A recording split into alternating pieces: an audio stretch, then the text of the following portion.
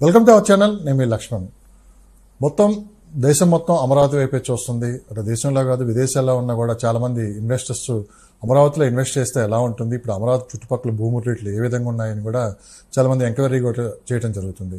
అయితే ఒక అమరావతిలో కాదు, అమరావతి దాటి ఎంతవరకు మనం ఇన్వెస్ట్ చేయొచ్చు, భవిష్యత్తు ఎలా ఉంటుంది, ఇక్కడికైనా పెట్టుబడులు పెడితే మంచి రిటర్న్స్ వచ్చే అవకాశం ఉందని చెప్పి కూడా చాలా మంది ఎంక్వైరీలు అయితే చేస్తూ ఉన్నారు. సో ఇదే అంశంపై ప్రస్తుతం మనతో కూడా మాట్లాడటానికి బీజేపీ సీనియర్ నాయకులు డాక్టర్ సిఎల్ వెంకటరావు గారు మనతో పాటు ఉన్నారు. ఆయనతో కూడా మాట్లాడదాం. భవిష్యత్తు అమరావతి ఏ విధంగా ఉంటుంది, ఇక్కడికైనా వ్యాపారంగా చేస్తే అంటే భవిష్యత్తులో రియల్ ఎస్టేట్ కావచ్చు, మిగతా వ్యాపారాలు చేస్తే ఎలా ఉంటుంది, ఆయన మాట్లాడి తెలుసుకుందాం. సార్ నమస్తే. సార్ నమస్తే. అమరావతి ఈ రోజున చంద్రబాబు నాయుడు ముఖ్యమంత్రి అయిన తర్వాత, ఎన్డీఏ కూటమి అధికారంలోకి వచ్చిన తర్వాత పెట్టుబడులకు ఒక నిలయమైంది. పెట్టుబడులు అనేవి రకరకాలుగా ఉంటాయి. మొట్టమొదటిగా మనం రియల్ ఎస్టేటు, మనం ఉద్యోగం చేసి కేంద్ర రాష్ట్ర ప్రభుత్వాల్లో రిటైర్ అయిపోయిన తర్వాత ఒక సొంత ఇల్లు కావాలని కోరుకుంటారు చాలామంది. అది ఆంధ్రప్రదేశ్ రాష్ట్రంలో పుట్టి వివిధ రాష్ట్రాల్లో ఉద్యోగం చేస్తూ పదవీ విరమణ చేసిన తర్వాత మన ఊరు వెళ్దాం, మన రాష్ట్రం వెళ్దాం అనే సంకల్పం ఉన్న వారికి ఈ రోజున అమరావతి ఒక పెద్ద అవకాశంగా మారింది. అమరావతిలో ఇక్కడ ఉండే మౌలిక సదుపాయాలు, తాగునీటి కొరత లేదు, రవాణా కొరత లేదు, జాతీయ రహదారి ఉన్నది, రైల్వే, అతిపెద్ద రైల్వే జంక్షన్. వీటితో పాటు అమరావతిలో ఒక కొత్త రైలు మార్గాన్ని నిర్మాణం చేయడం ద్వారా మరో 2 సంవత్సరాల్లో అక్కడ అమరావతికి రైలు కనెక్టివిటీ ఇవ్వటం అనేది విశేషం. గన్నవరంలో అంతర్జాతీయ విమానాశ్రయం రావటం, అమెరికా నుంచి, ఆస్ట్రేలియా నుంచి, బ్రిటన్ నుంచి, గల్ఫ్ దేశాల నుంచి అక్కడ ఎక్కితే గన్నవరంలో, విజయవాడలో అమరావతికి మనం వచ్చే సదుపాయం ఉంది. ఆ విధంగా సొంత ఇల్లు అని కలగన్న ఉద్యోగులు కానీ, ప్రభుత్వ ఉద్యోగులు కానీ, రిటైర్డ్ ఉద్యోగులు కానీ, అలాగే ప్రవాస భారతీయులు, మనం ఇక్కడ ఉద్యోగం చేస్తున్నాం, మనకంటూ ఒక ఇల్లు ఏర్పాటు చేసుకుందాం అనుకునేవారు, ఒక అపార్ట్మెంట్ కొందామా, ఒక స్థలం కొందామా, లేదు ఒక ఇండిపెండెంట్ ఇల్లు కొందామనుకునే వారికి అమరావతి ఈరోజు చక్కటి అనువైన వాతావరణాన్ని ఇవ్వటం జరిగింది. సో భూములు ఎక్కడెక్కడ కొనొస్తారు అంటే అమరావతి చుట్టుపక్కల? ఇప్పుడు భూములు కొనేటప్పుడు అమరావతి అంటే కేవలం అమరావతినో లేదో సెక్రటేరియట్ పక్కనని కాదు, లేదా అమరావతికి సంబంధించిన గ్రామాలు 29 గ్రామాలే కాదు. భూములు లేదు మన అపార్ట్మెంట్లు, స్థలాలు, పొలాలు కొనాలనుకునేవారు గుంటూరు, మంగళగిరి, తాడేపల్లి, విజయవాడ, ఏలూరు, తెనాలి.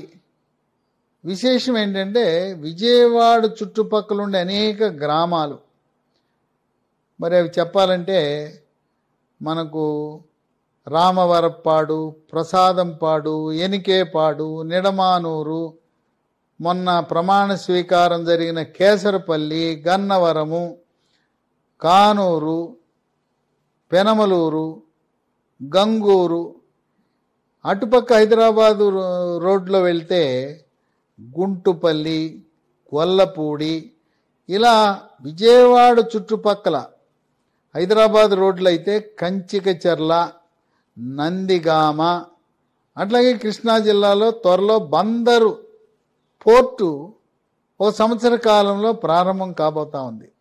విజయవాడ బందరు జాతీయ రహదారికి ఇరుపక్కల ఎక్కడ పొలం కొన్నా, స్థలం కొన్నా, అపార్ట్మెంట్ కొన్నా, ఇండిపెండెంట్ ఇల్లు కొన్నా కూడా బంగారమే.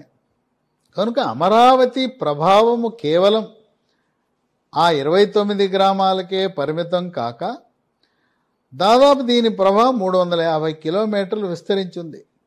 త్వరలో చిన్న ఔటుపల్లి నుంచి చినకాకాని వరకు జాతీయ రహదారి బైపాస్ ప్రారంభం కాబోతా ఉంది. దానివల్ల జాతీయ రహదారికి ఇరువైపులా చాలా పెద్ద ఎత్తున భూముల రేట్లు పెరగబోతా ఉన్నాయి. ఏ విధంగా ఒక అర్ధచంద్రాకారములో జాతీయ రహదారి బైపాస్ వచ్చిందో, మరొక 2 సంవత్సరాల కాల వ్యవధిలో మరో అర్ధచంద్రాకారము చిన్న అవుటుపల్లి నుంచి చిన్న కాకాని వరకు మేము నిర్మాణం చేస్తామని కేంద్ర రవాణా శాఖ మంత్రి నితిన్ గడ్కరీ ప్రకటించారు. రాష్ట్ర ప్రభుత్వం భూసేకరణ ప్రారంభించింది. ఈ 2వ అర్ధచంద్రాకారము కృష్ణానదిపై మరొక బ్రిడ్జి కంకిపాడు సమీపం నుంచి వెళ్తుంది. అది కూడా పూర్తయితే విజయవాడ చుట్టూ పెద్ద రింగు రోడ్డు లాంటిది ఏర్పడుతుంది. విశాఖ నుంచి చెన్నైకి, అలాగే విశాఖ నుంచి హైదరాబాద్కి ఎటువంటి అంతరాయం లేకుండా, విజయవాడ నగరము ప్రవేశించకుండా ఈ రింగ్ రోడ్ అనేది ఉపయోగపడుతుంది. కనుక కేవలం అమరావతి అంటే 29 గ్రామాలు, సెక్రటేరియట్ కాదు.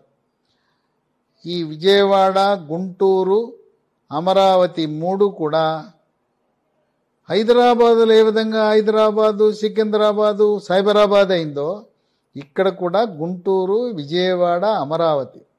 త్వరలో విజయవాడ నగరం గ్రేటర్ విజయవాడ నగరంగా ఆవిర్భించబోతోంది. చుట్టుపక్కల ఉండే 10 మున్సిపాలిటీలను గ్రేటర్ విజయవాడ నగరంలో విలీనము చేయటము ద్వారా హైదరాబాద్ లాగా ఒక అతిపెద్ద నగరంగా ఆవిర్భించబోతోంది. అంటే ఇప్పుడు కొనొచ్చా భూములు అని చెప్పి చాలా మంది అడుగుతున్నారు సార్. ఇప్పుడు ఎవరైనా కూడా మధ్యతరగతి వారు, ఉద్యోగస్తులు, రిటైర్డ్ ఉద్యోగస్తులు, మీకు ఏదైనా భూమి కొనచ్చా, స్థలం కొనచ్చా, అపార్ట్మెంట్ కొనచ్చా అని అనుమానం ఉంటే ప్రస్తుత పరిస్థితులన్నీ కూడా మీకు చాలా అనుకూలంగా ఉన్నాయి. ఇప్పుడు కొంటే మనకు అందుబాటు రేట్లో భూములు, స్థలాలు, అపార్ట్మెంట్లు మనకు లభిస్తాయి. అదే మరో 2 సంవత్సరాలు ఆగితే మనకు అందుబాటు ధరలో కాకుండా రియల్ ఎస్టేట్ ధరలు ఆకాశానికి ఎదిగే అవకాశం ఉంది. కనుక ఎవరైనా పెట్టుబడి పెట్టాలంటే ఇప్పుడే పొలం, స్థలం, అపార్ట్మెంటు, ఇండిపెండెంట్ ఇల్లు కొనుక్కోవటం అనేది చాలా మంచిది. ఇది ఎటువంటి ఆలోచన చేయవలసిన అవసరం లేదు. అమరావతి చుట్టుపక్కల వ్యవసాయ భూములు కొనటం ఎంతవరకు ఫ్యూచర్లో డెవలప్మెంట్స్ ఉంటాయి? అంటే ఇప్పుడు హైదరాబాద్ ఎప్పుడైతే గచ్చిబౌలి దాటి మనం వెళ్ళిపోయామో భూముల రేట్లు ఏ విధంగా పెరిగాయో గత 15 సంవత్సరాల నుంచి, అమరావతిలో కూడా విత్ ఇన్ స్పాన్ ఆఫ్లోనే ఎంత మంచి డెవలప్మెంట్ జరగబోతుందని చెప్పి వినిపిస్తున్నమాట. అంటే సిటీలో కొనలేని వాళ్ళు భూములు, వ్యవసాయ భూములు కింద కొనుక్కుంటే భవిష్యత్తులో బాగుంటుందని వినిపిస్తున్నమాట. ఎంతవరకు అందులో ఇన్వెస్ట్ చేయొచ్చు? భవిష్యత్తు అవసరాల కొరకు నగరంలో కాకుండా నగరము చుట్టుపక్కల ఉండే వ్యవసాయ భూములను కొనటము అది మంచి ఆలోచన. ఎందుకంటే మనం హైదరాబాద్ నగరాన్ని పరిశీలిస్తే ఆ రంగారెడ్డి జిల్లాలో ఉండే భూములన్నీ కూడా ఈరోజు పారిశ్రామిక అవసరాల కోసం నివాసయోగ్యమైన భూములుగా మారినాయి. ప్రభుత్వము ప్రస్తుతం వ్యవసాయ భూములు రాబోయే కాలంలో పెరుగుతున్న జనాభా అవసరాలకు, పారిశ్రామిక నివాస సముదాయాల అవసరాల కొరకు వ్యవసాయ భూములను వాణిజ్య సముదాయాల కొరకు నివాసయోగ్యమైన ప్రాంతంగా జోనింగ్ నియమ నిబంధనలు మార్చడం జరుగుతుంది. కనుక ఈరోజు కేవలం అపార్ట్మెంట్లు, బిల్డింగులు, మరి పట్టణంలో స్థలాలే కాకుండా మనం చుట్టుపక్కల ఉండే పొలాలు, వ్యవసాయ భూములు కూడా కొనటము మంచిదే. అయితే ఆ వ్యవసాయ భూములు కొంటే ఓ 10 సంవత్సరాల తర్వాత మనకు ఉపయోగపడుతుంది. ఉదాహరణకు విజయవాడ, గుంటూరు మధ్యలో చినకాకాని సమీపంలో ఎన్ఆర్ఐ మెడికల్ కాలేజీ, ఓ ప్రైవేటు వైద్య కళాశాల వచ్చింది. అది 25 సంవత్సరాల క్రితం ప్రారంభించారు. అది ప్రారంభించినప్పుడు చుట్టూ కూడా వ్యవసాయ భూములే. ఆ వ్యవసాయ భూములు ఆనాడు 2000 సంవత్సరంలో ఇది అమరావతి రాజధాని ఏర్పడుతుందని ఎవరూ ఊహించలేదు.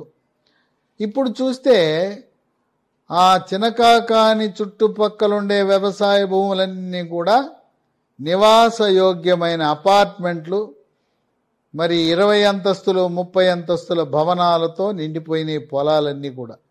కనుక పొలం కొనుక్కుంటే 10 ఏళ్ల తర్వాత 20 ఏళ్ల తర్వాత చక్కగా వినియోగంలోకి వచ్చి మన పెట్టుబడి ఈరోజు 20 లక్షలు పెట్టుబడి పెడితే 20 ఏళ్ల తర్వాత 20 కోట్లు అవుతుంది. 100 రెట్లు పెరిగే అవకాశం ఉంది.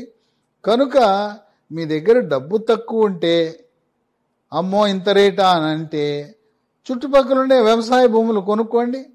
వ్యవసాయ భూములను నివాసయోగ్యమైన భూములుగా మార్చడం అనేది ప్రభుత్వము అలాగే సిఆర్డిఏ అర్బన్ డెవలప్మెంట్ అథారిటీల యొక్క వాళ్ళ ధర్మము వాళ్ళ విధి. కనుక పొలాలు కూడా కొనుక్కోవటం అనేది చాలా మంచి ఆలోచన. ఏ విధంగా హైదరాబాద్ నగరము చుట్టూ ధనిక వర్గాలందరూ కూడా ఫార్మ్ హౌస్లను కొనుక్కున్నారు. పెద్ద పెద్ద అధికారులు, ఐఏఎస్ అధికారులు, ఐపీఎస్ అధికారులు, డాక్టర్లు, ఎన్ఆర్ఐలందరికీ ఒక్కొక్కరికి నగరం చుట్టూ ఉండే ఫార్మ్ హౌస్ ఒకటి ఉంది. అక్కడ విల్లా కట్టుకున్నారు. అదేవిధంగా అమరావతి చుట్టుపక్కల ఉండే వ్యవసాయ భూముల్లో మీరు ఫామ్ హౌస్ కట్టుకోండి, అట్లాగే ఒక విల్లా కట్టుకోండి. నూజివీడు రోడ్లు అయితే చక్కటి మంచి రసాలు, బంగినపల్లి మామిడి తోటలు, హార్టికల్చర్కి ఆ విధంగా పండ్ల తోటలు వేసుకుని అక్కడ ఒక విల్లా నిర్మించుకుని ఫార్మ్ హౌస్ పెట్టుకుని శనివారం ఆదివారం ఆనందంగా కుటుంబంతో గడపడానికి ఏ విధంగా హైదరాబాద్ నగరము చుట్టూ వేలాది సంఖ్యలో ఫార్మ్ హౌస్లు విల్లాలు వచ్చినాయో అమరావతి చుట్టూ కూడా అటువంటి అవకాశం కనపడుతుంది. కనుక వ్యవసాయ భూములను కొనుగోలు చేయటం అనేది అది మనకు లాభసాటిగా ఉండే మార్గముగా రియల్ ఎస్టేట్ నిపుణులు భావిస్తున్నారు.